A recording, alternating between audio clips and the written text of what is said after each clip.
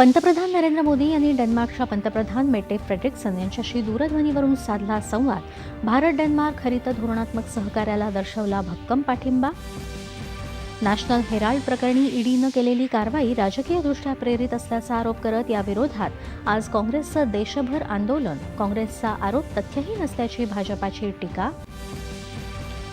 काँग्रेसला आंदोलन करण्याचा अधिकार मात्र निधी लुटण्याचा अधिकार नाही असं सांगत नॅशनल हेराल्ड प्रकरणी गांधी कुटुंबानं फायद्यासाठी कॉर्पोरेट गट रचल्याचा रविशंकर प्रसाद यांचा आरोप. वक्फ सुधारणा कायद्यासंदर्भात दाखल करण्यात आलेल्या याचिकांवर सर्वोच्च न्यायालयात आज सुनावणी. केंद्र सरकारकडून यापूर्वीच कॅव्हिएट दाखल.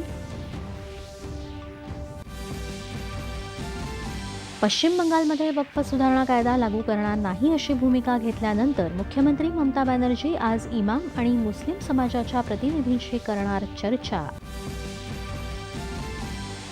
अमरावती विमानतळावर पहिलं प्रवासी विमान उतरलं. मुख्यमंत्र्यांच्या हस्ते विमानतळाचं लोकार्पण. प्रज्ञाचक्षू संत गुलाबराव महाराज असं विमानतळाचं नामकरण. भारत आणि अमेरिका यांच्यात या आठवड्यात द्विपक्षीय व्यापार करारावर चर्चा. 2030 पर्यंत भारताचा अमेरिकेसोबतचा व्यापार $500 अब्ज पर्यंत पोहोचण्याची अपेक्षा. छत्तीसगडमध्ये सुरक्षा दलाबरोबर झालेल्या चकमकीत 2 जहाल नक्षलवादी ठार. आणि शिवछत्रपती राज्य क्रीडा पुरस्कारांची घोषणा. माजी कबड्डीपटू शकुंतला खटावकर यांना जीवनगौरव तर ऋतुराज गायकवाड, सचिन खिलारी, अदिती स्वामी, ओजस देवतळे पुरस्कारांचे मानकरी. नमस्कार. एकच्या बातमीपत्रात मी भक्ती